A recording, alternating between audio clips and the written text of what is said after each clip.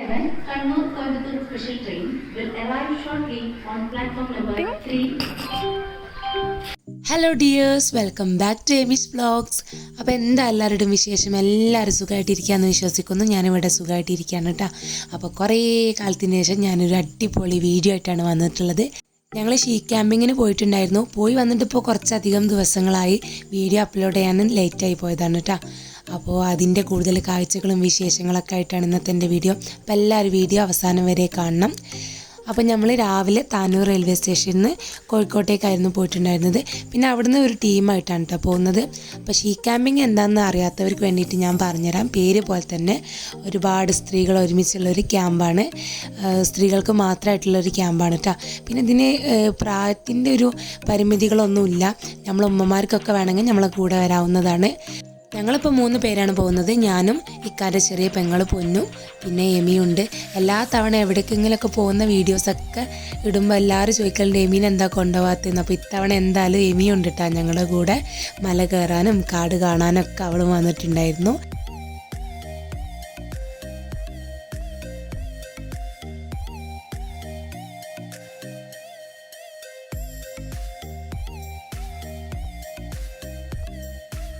അങ്ങനെ ഞങ്ങളിപ്പോൾ കോഴിക്കോട് റെയിൽവേ സ്റ്റേഷനിൽ എത്തിയിട്ടുണ്ട്.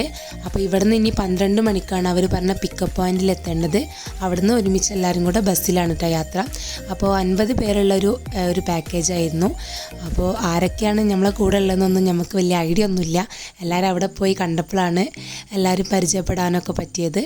അപ്പോൾ എന്തായാലും ഞങ്ങളങ്ങനെ ഇവിടുന്ന് ഫുഡൊക്കെ റെയിൽവേയിൽ നിന്ന് തന്നെ ഫുഡൊക്കെ കഴിച്ചിട്ട് 12 മണിയാകുമ്പോഴത്തേന് ലഞ്ചൊക്കെ കഴിച്ചതിന് ശേഷമായിരുന്നു പോകാൻ പറഞ്ഞിട്ടുണ്ടായിരുന്നു. അപ്പോൾ അങ്ങനെ ലഞ്ചൊക്കെ കഴിച്ച് നമ്മളേതായാലും അവർ പറഞ്ഞ പിക്കപ്പ് പോയിന്റിലേക്ക് പോവാണ് കേട്ടോ.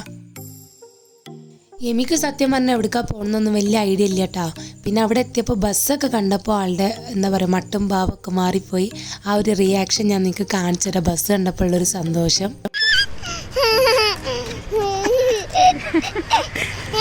ബസ് കണ്ട ചിരിയാണ്.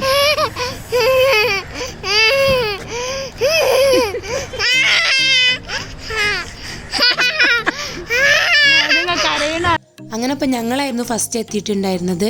അപ്പോൾ ഞങ്ങൾ ബസ്സിൽ ലഗേജൊക്കെ വെച്ചിട്ട് നമ്മൾ കുറച്ച് സാധനങ്ങളൊക്കെ മേടിക്കാൻ വേണ്ടിയിട്ട് അവിടെ ടൗണിലേക്കൊക്കെ പോയതായിരുന്നു കേട്ടോ. അപ്പോൾ തിരിച്ച് ബസ്സിൽ തന്നെ വന്ന് കയറിയിട്ടുണ്ട്. അപ്പോൾ ഏകദേശം കുറച്ച് ആൾക്കാരൊക്കെ വന്നിട്ടുണ്ട് കേട്ടോ. അപ്പോൾ നമുക്ക് ആരും അങ്ങോട്ടും ഇങ്ങോട്ടൊന്നും പരസ്പരം അറിയില്ല. അവരൊരു ഗ്രൂപ്പൊക്കെ ഉണ്ടാക്കിയിട്ടുണ്ടായിരുന്നു. പക്ഷേ അറിയാത്തവരായതുകൊണ്ട് നമ്മളാരും പരിചയപ്പെട്ടിട്ടൊന്നുമില്ല. അങ്ങനെ ഇപ്പോൾ ബസ്സൊക്കെ ഓടി തുടങ്ങിയിട്ടുണ്ട്. അപ്പോൾ നമുക്ക് ഫസ്റ്റ് തന്നെ അവരൊരു വെൽക്കം ഡ്രിങ്ക് പോലെ ഫ്രൂട്ടിയൊക്കെ തന്നിട്ടുണ്ടായിരുന്നു. നല്ല ഉച്ച സമയമാണല്ലോ. പക്ഷെ എല്ലാവരും ലഞ്ചൊക്കെ കഴിച്ചിട്ടാണ് വന്നിട്ടുള്ളത്. അപ്പോൾ കുറച്ച് നേരത്തേക്ക് ആകെ മൊത്തം ഒരു സൈലൻ്റ് ആയിരുന്നു കേട്ടോ ബസ് മൊത്തം. പിന്നെ കുറച്ച് കഴിഞ്ഞപ്പോൾ അവസ്ഥകളൊക്കെ മാറിപ്പോയി.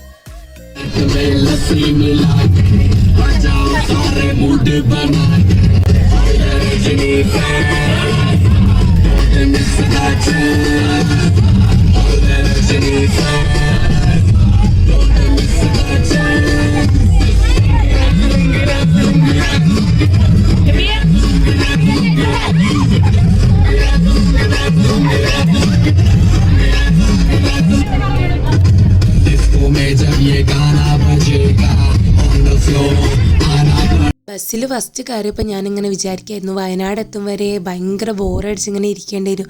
കാരണം ഒരു പരിചയമില്ലാത്ത ആൾക്കാരല്ലേ എന്നൊക്കെ കേട്ടോ. പക്ഷെ അതൊക്കെ വെറുതെ ആയിരുന്നു. എന്താ പറയുക, ഒരു 10 മിനിറ്റ് കഴിഞ്ഞപ്പോഴേക്കും ബസ്സിലത്തെ അവസ്ഥകളൊക്കെ മാറിപ്പോയി.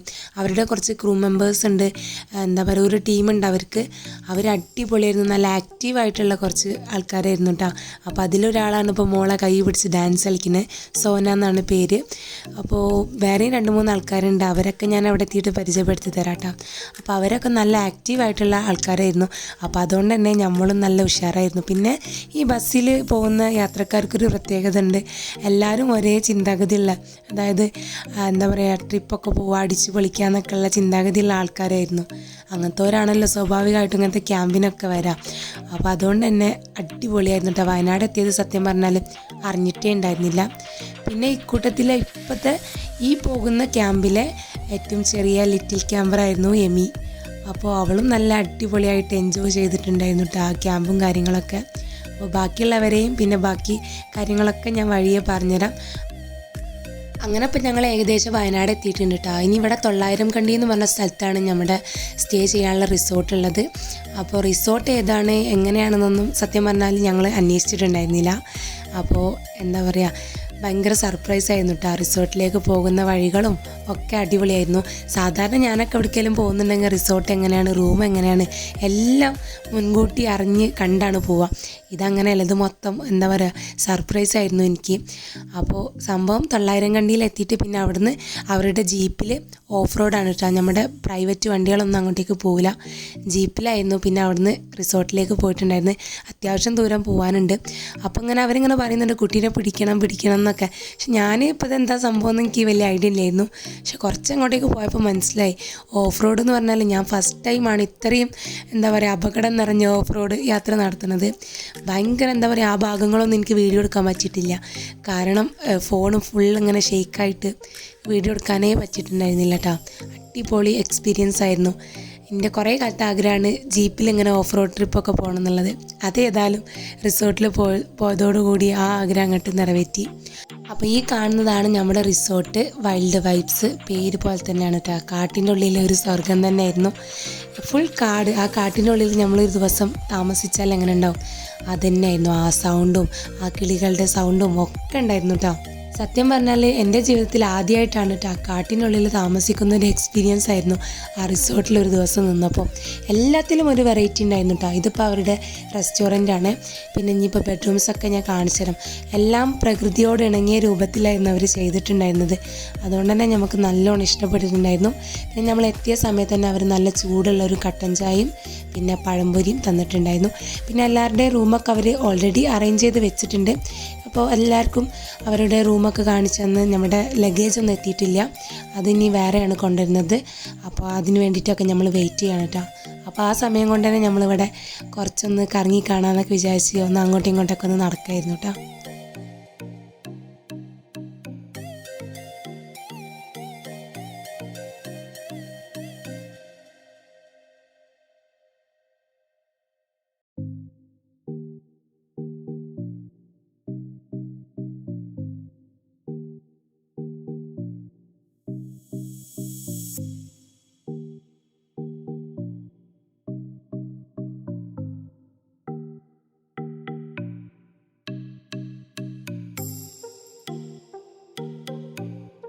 അങ്ങനെ ഇപ്പോൾ ഞങ്ങളുടെ ലഗേജൊക്കെ എത്തിയിട്ടുണ്ട് കേട്ടോ. അപ്പോൾ ഇതാണ് നമ്മുടെ റൂം. അപ്പോൾ ഈ റൂം ഞാൻ നിങ്ങൾക്ക് കാണിച്ചു തരാം.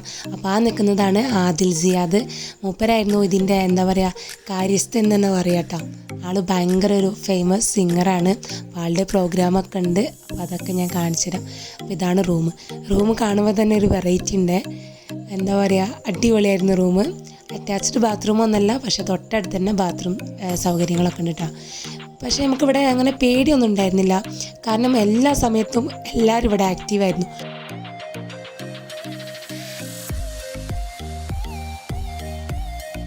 പിന്നെ വയനാട്ടിലൊക്കെ വന്നിട്ട് AC റൂമൊന്നും എന്താ പറയുക നമ്മളാരും എടുക്കില്ലല്ലോ. അപ്പോൾ ഫാന് പോലും ഉണ്ടായിരുന്നില്ല. പക്ഷേ ഭയങ്കര തണുപ്പായിരുന്നു. തണുപ്പുകൊണ്ട് അവിടെ എന്താ പറയുക കിടന്നുറങ്ങാൻ പറ്റിയിട്ടില്ല എന്ന് പറയാം. അത്രക്കും തണുപ്പായിരുന്നു കേട്ടോ. അപ്പോൾ രാത്രി ആയിട്ടുണ്ട്. ഇനി 7 മണിക്കാണ് നമ്മുടെ പ്രോഗ്രാം പറഞ്ഞിട്ടുള്ളത്. അപ്പോഴേക്കും എല്ലാവരും ഫ്രഷൊക്കെ ആയിട്ട് നമ്മളിപ്പോൾ പ്രോഗ്രാം നടക്കുന്ന സ്ഥലത്തേക്ക് പോവാണ് കേട്ടോ.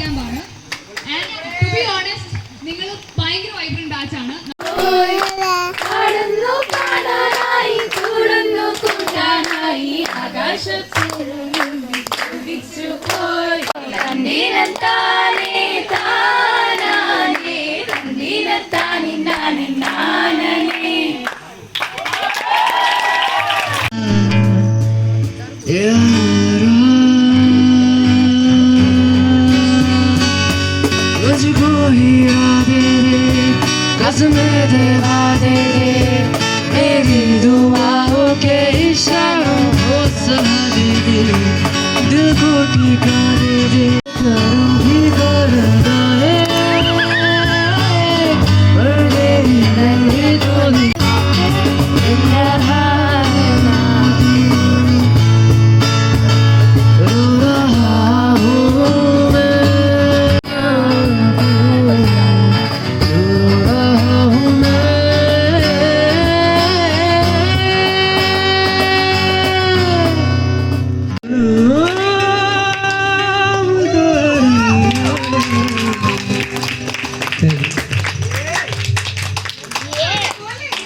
നെക്സ്റ്റ് വൈശാഖ.